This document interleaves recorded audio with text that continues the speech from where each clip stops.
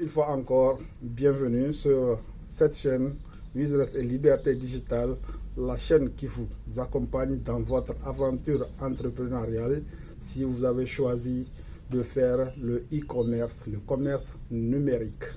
Nous sommes là aujourd'hui pour vous aider donc à un peu comprendre les statuts juridiques qui correspondent à un entrepreneur dans le commerce électronique. Nous ne sommes pas des experts, nous ne sommes pas des avocats dans ce sens. Pour cela, veuillez consulter donc néanmoins dans chaque pays où vous vous trouvez des experts, des avocats qui peuvent vous accompagner pour comprendre encore plus en détail ce que nous allons vous donner comme choix ici. Ce n'est que des conseils que nous vous donnons, nous ne sommes pas des experts en la matière. Sans trop tarder, donc suivez-moi sur mon ordinateur pour vous donner des explications que nous avons préparées pour vous. Merci et à tout à l'heure.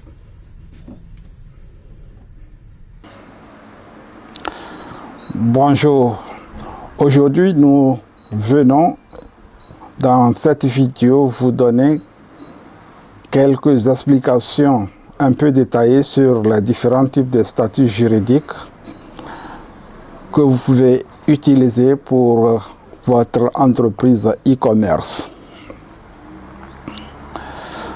En considérant la France et certains pays francophones de l'Afrique, il existe 3 types de statuts juridiques dont vous pouvez faire utilisation, à savoir l'auto-entreprise, l'entreprise unipersonnelle à responsabilité limitée, SASU, donc pour la France et les autres pays francophones comme on l'a dit. Pour notre communauté qui nous suit et qui est en Allemagne, il y a donc des statuts juridiques qu'on appelle Einzelunternehmen ou bien entreprise individuelle. Ce statut correspond à peu près à l'auto-entrepreneuriat pour la France, pour le statut juridique français. Il y a aussi des Personengesellschaft, des sociétés des personnes, donc qui sont OHG, OGA, KG ou bien KG, GBR, STG ou bien STG, et puis UG, GmbH. Donc, ce n'est que ces statuts juridiques de l'Allemagne qui correspondent, dont l'on peut utiliser pour le e-commerce si vous faites partie de notre communauté allemande et vous voulez donc entreprendre en e-commerce. C'est ce qu'on vous conseille. Pour la France, on va aller en détail donc sur les 3 types de statuts juridiques dont nous jugeons bon pour utiliser pour le e-commerce. Nous commençons par l'auto-entreprise. L'auto-entreprise présente des avantages suivants. Donc, la création est facile. Avec 2-3 clics, vous créez votre entreprise. Vous n'avez pas besoin d'avoir un capital de départ. Et vous payez seulement donc la TVA lorsque vous faites des chiffres d'affaires donc au-delà de 91 000 par an. Cela veut dire 7 600 € par mois. Vous allez faire des déclarations de chiffres d'affaires tous les trimestres. Vous n'avez pas d'obligation d'avoir un compte professionnel ni de comptable. Mais le seul avantage avec le statut juridique auto-entreprise, c'est que vous n'avez pas de possibilité d'intégrer des charges dans vos activités. C'est-à-dire que toutes vos dépenses ne seront pas donc déduites, toutes vos dépenses ne seront pas déduites donc dans vos activités. Donc Vous n'avez pas de cotisation pour la retraite, ni pour le chômage. C'est les deux inconvénients qui existent avec l'auto-entreprise comme statut juridique. Il y a aussi les autres deux types de statuts juridiques. Entreprise unie personnelle à responsabilité limitée ou bien le EURL, qui présente des caractéristiques comme suit. C'est une société à responsabilité limitée dont vous êtes le seul actionnaire. Le dirigeant de cette société n'a pas de salaire, vous n'avez pas de fiche de paie, puisque vous ne recevez pas de salaire, vous ne payez pas de cotisation pour la retraite ni de chômage.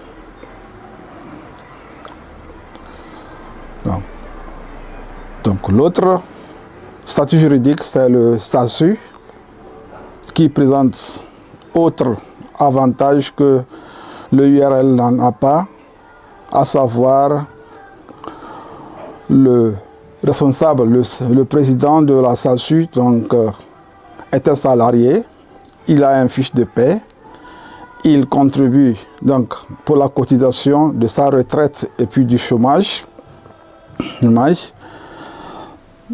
Et votre société, votre entreprise doit débourser donc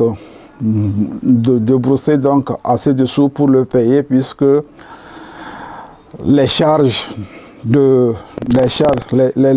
additionnelles doivent être payées par votre entreprise. Par exemple, si vous voulez payer donc le président de la SASU donc 100 € par mois, donc votre entreprise, votre unité doit débourser le double, 200 € par exemple, puisque donc il y a des charges sociales, donc la retraite, assurance maladie et autres là que la société doit alors débourser, ajouter à son salaire, donc pour que ça fasse son salaire brut, et après donc déduction des autres charges sociales, donc ça va lui rester. Donc ça va lui rester donc les 100 €. Donc c'est ça, donc un peu donc le coût de son salarié est élevé lorsque vous décidez donc utiliser le statut juridique SASU.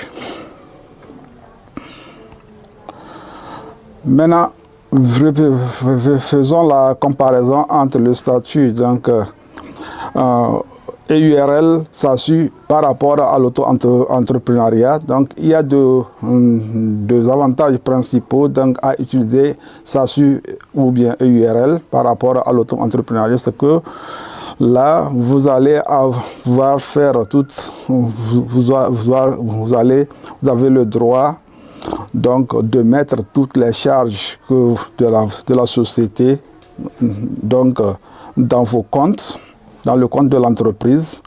Par exemple, faites l'installation des installations.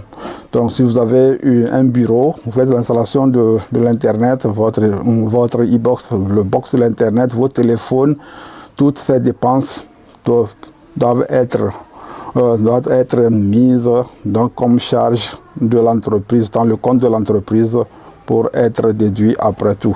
Donc c'est l'avantage qu'il y a. Donc, et ensuite, le second avantage, c'est que le URL ou bien le SASU sont plus sécurisants par rapport à l'auto-entrepreneuriat. Parce que l'auto-entrepreneuriat, vous pouvez d'un jour à l'autre perdre tout. Et au niveau de l'auto-entrepreneuriat, donc tout ce que vous avez, si la société, si par exemple vous commandez donc des choses qui ne sont pas bonnes, qui causent des dégâts à un client, vous faites votre dropshipping, vous vendez à un client donc un matériel qui lui cause des dégâts, donc ça revient à votre responsabilité. Donc c'est que tout ce que vous avez comme privé, votre maison, votre fortune, vous allez donc dépenser ça pour dédommager votre client.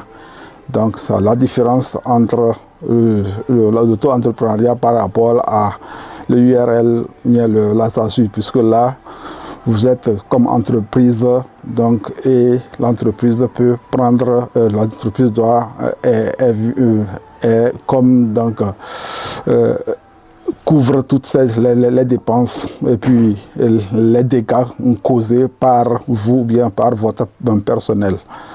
Donc, seulement l'inconvénient donc au niveau de l'URL ou bien le statut, c'est que c'est un peu complexe. C'est complexe pour le nouvel entrepreneur.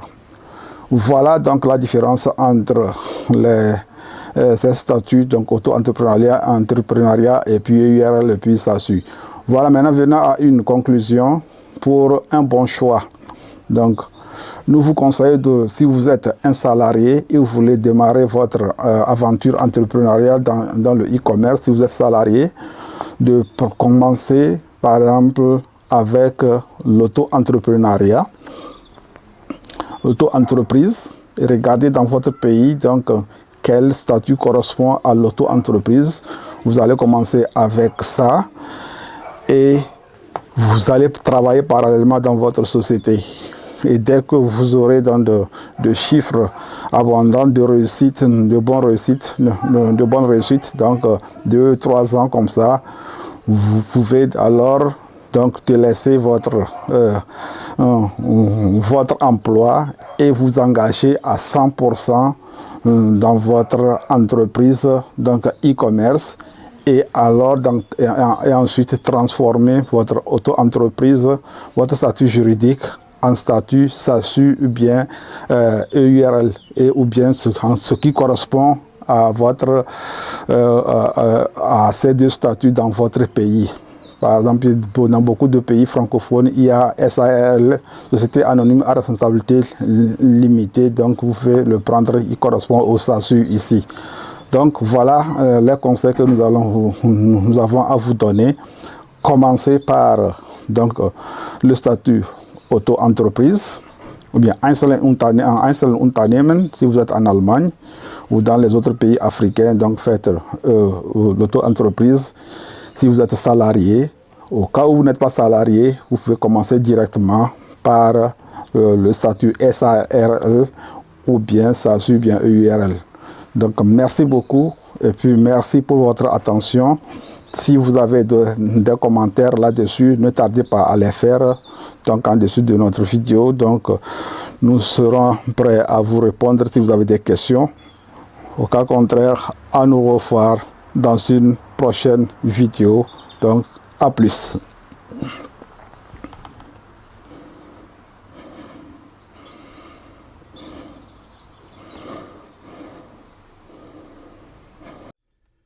Et nous voici à la fin de notre explication.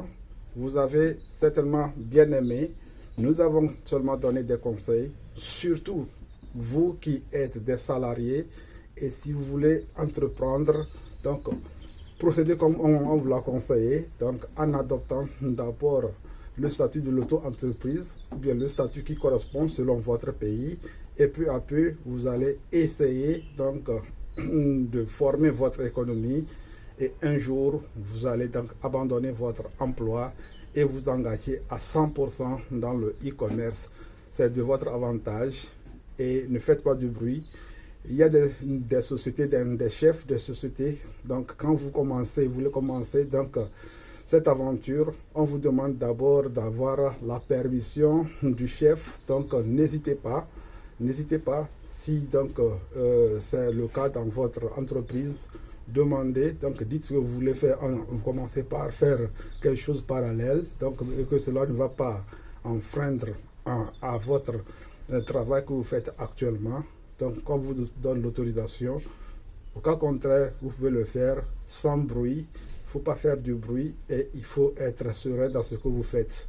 Donc soyez vraiment donc quelqu'un qui est discret en entreprenant et surtout en étant donc parallèlement un salarié et petit à petit, donc vous allez rentrer dans l'entreprise, dans la peau d'un entrepreneur, et un jour vous allez quitter votre emploi et devenir 100% un entrepreneur et quelqu'un qui réussira un jour.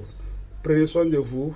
Si vous avez bien aimé nos explications et cette vidéo, donc partagez, abonnez-vous si vous ne l'avez pas encore fait, partagez, likez, et puis donc prenez soin de vous et puis faites moins de bruit.